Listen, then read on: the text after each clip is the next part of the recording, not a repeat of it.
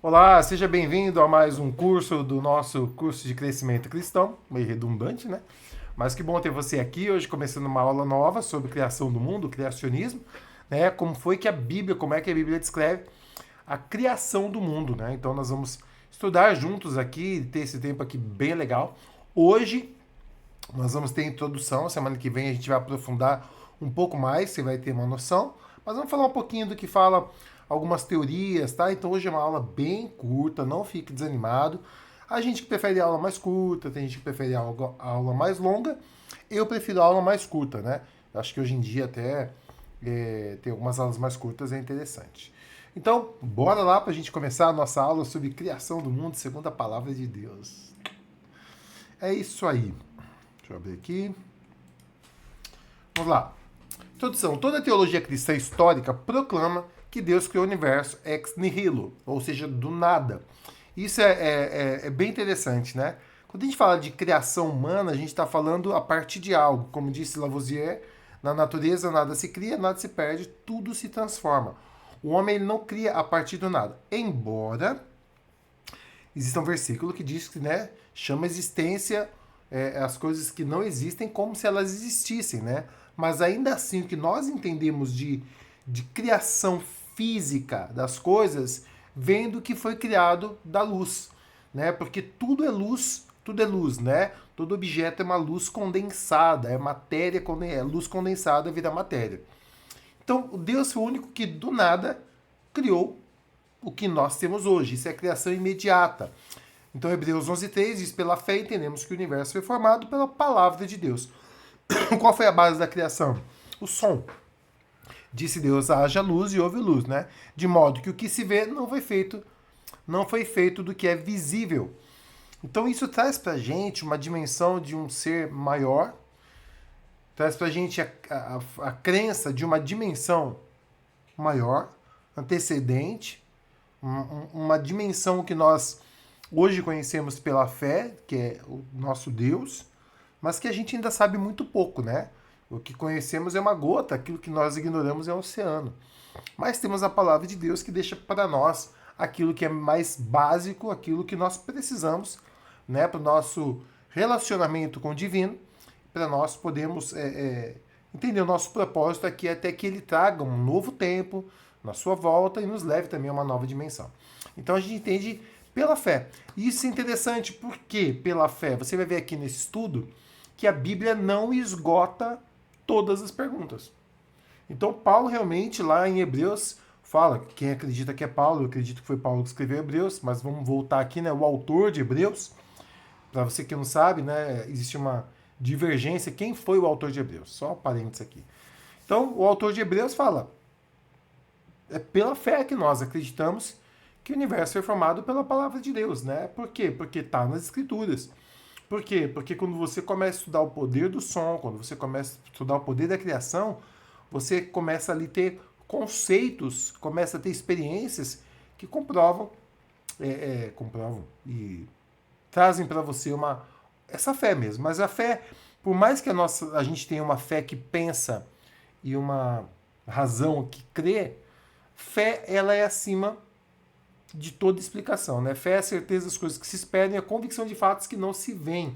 Quando a gente fala não se veem, às vezes não se consegue provar 100% cientificamente, tá? É pela fé mesmo. Vamos falar agora um pouco sobre a hostilidade contra o criacionismo. O que é criacionismo? Criacionismo é a palavra usada para designar a fé de que houve alguém criando tudo, tá? Não foi uma evolução, porque chega no final das contas, mesmo que alguém acredite na evolução, de onde surgiu a matéria base, né? Quem criou a matéria base? Então a gente que acredita na palavra de Deus, nós acreditamos no criacionismo, né? Ou seja, tudo que existe foi criado por uma mente superior, que nós cremos ser Deus, nosso Pai. Então existe uma hostilidade contra o criacionismo. Por quê? Porque sempre haverá hostilidade contra tudo aquilo que revela a existência de um Criador. Então tudo que revela a existência de Deus, de um Criador, vai ser atacado. Por quê? Porque o mundo jaz no maligno. Então, às vezes eu fico me perguntando, sem me achar melhor que ninguém, como é que algumas pessoas não criticam a ciência? Porque a ciência está na mão de pessoas que não têm vínculo com o Criador, que não têm vínculo com Deus.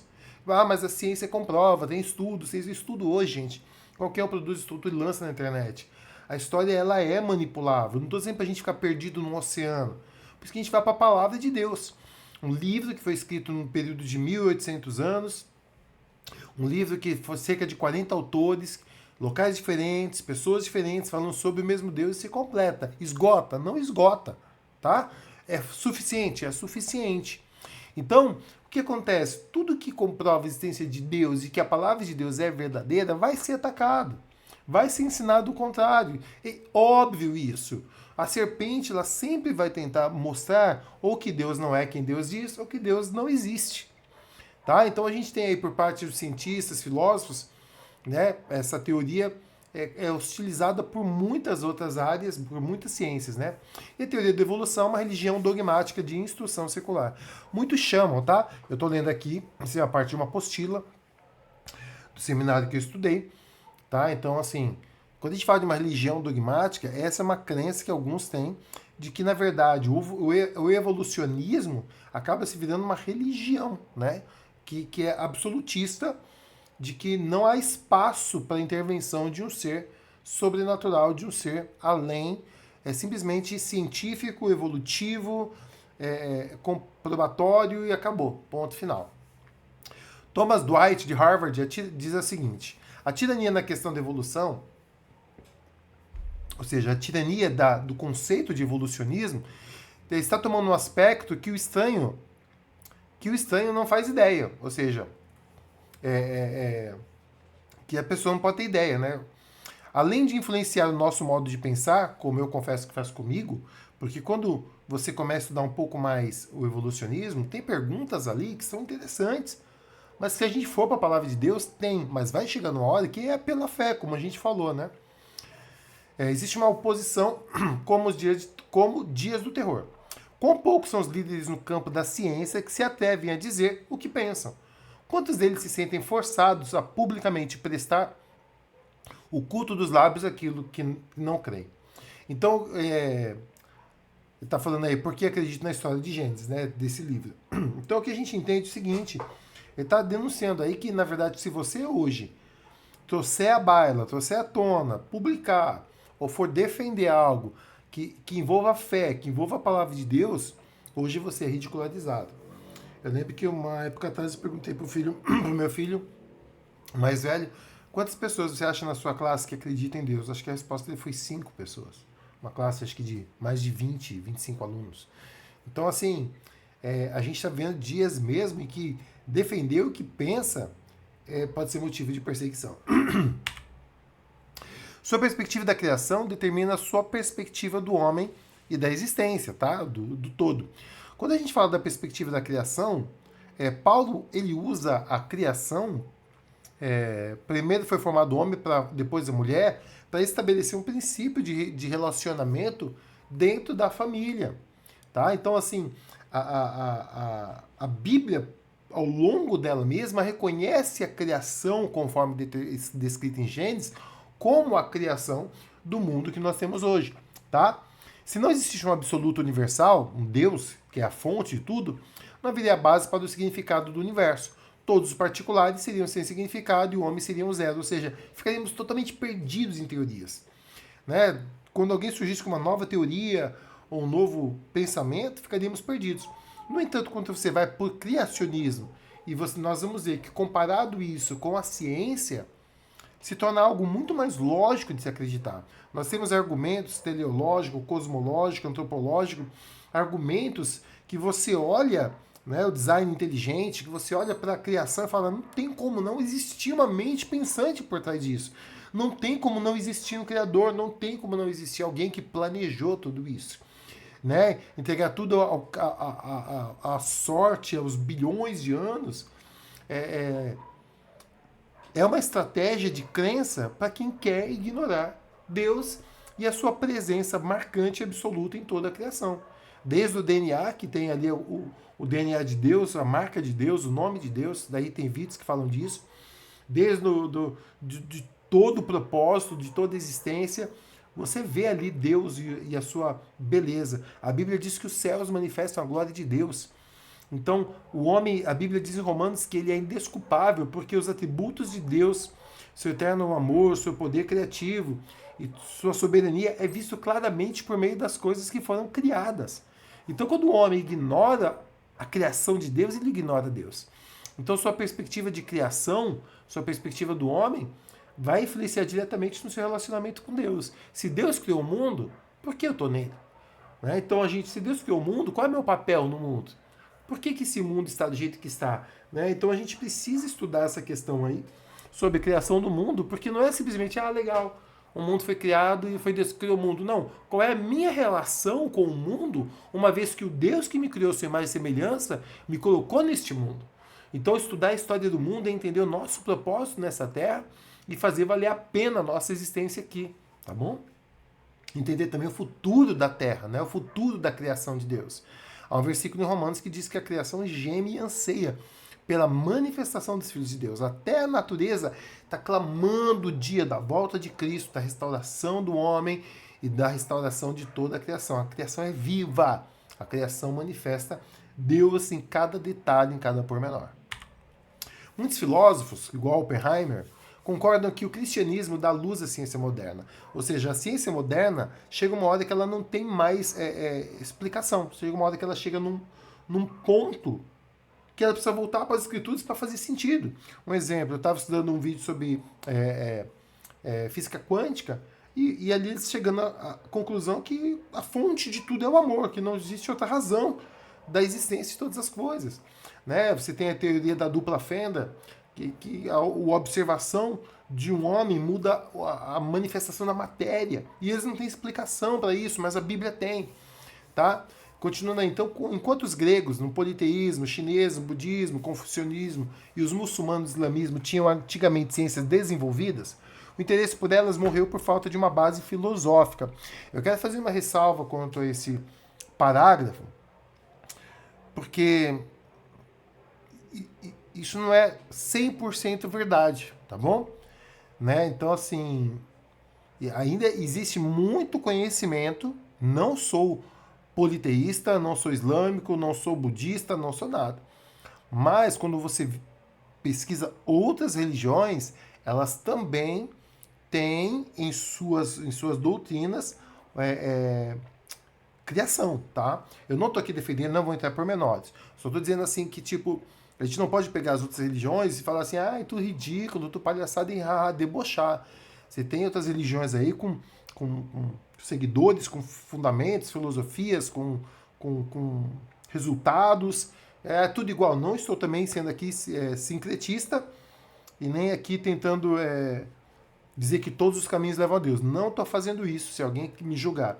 Eu só estou dizendo que às vezes nós podemos ver até Deus sendo reconhecido como na Bíblia ele é revelado, de uma maneira indireta ou em nuances, em outras religiões. Espero que tenha feito sentido. O cristianismo postula um mundo real que existe para ser objetivamente investigado, pois assim estamos conhecendo a criação de Deus. Então, o que nós acreditamos é que o cristianismo, através da narrativa hebraica do mundo, né? Então nós temos uma Bíblia, o Antigo Testamento em hebraico, aramaico. Então nós acreditamos que a história dos judeus, que a história que eles contam, trazem para nós um relato coerente com o que Cristo nos ensinou, coerente com o que Cristo confirmou sobre a criação do mundo, e uma criação de amor.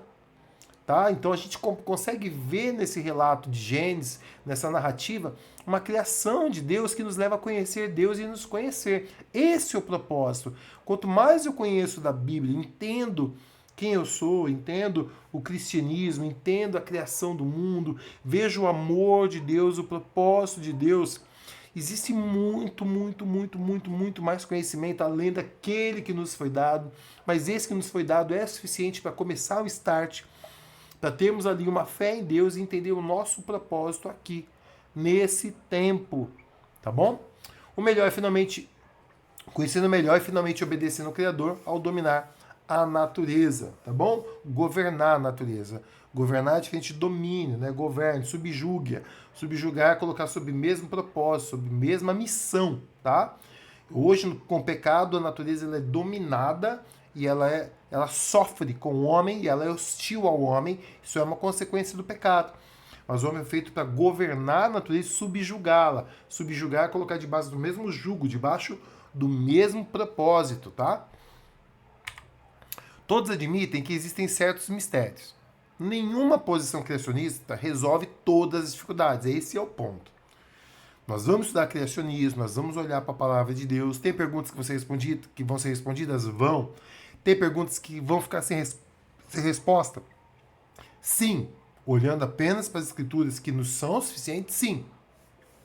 Tá? Então, tem mistérios que nós não entendemos. E tá tudo bem. Por isso que a gente volta para o primeiro versículo. Pela fé, cremos. Eu não sei como é a sua fé. Essa é a minha fé. Testifica no meu coração a criação. Eu vejo na criação a beleza do nosso Criador. Notando quantos versículos de Gênesis 1 estão envolvidos com cada da criação. É óbvio que Gênesis não foi escrito principalmente para explicar como o mundo, o universo foi criado. O que ele quer dizer com essa frase? O objetivo de Gênesis não é esgotar como o mundo foi criado, biologicamente, processualmente, em detalhes, não é esse o objetivo. É realmente mostrar Deus como a fonte da criação, mas o propósito da criação em revelar a sua glória através da sua imagem e semelhança, governando na terra, que era Adão, tá bom? Então, o propósito de Gênesis é mostrar o amor divino, o poder criativo divino e o propósito divino. Tanto que em Gênesis você tem o começo, meio e fim de tudo, porque em Gênesis o cordeiro é sacrificado, né? O homem é vestido com a pele de um animal, que, né, obviamente um cordeiro, que ali já denota, né, o que Cristo faria por nós e a redenção do homem voltando ao Éden. Então o propósito, você vai olhar para Gênesis e vai esgotar todas as perguntas? Não vai esgotar. Por quê? Porque não é o propósito de Gênesis, tá bom? A ciência verdadeira não prova nada contra a Bíblia. A ciência, por exemplo, tem evidência que apoia o dilúvio, as pragas do Egito, o dia em que o sol parou, isso lá em Josué.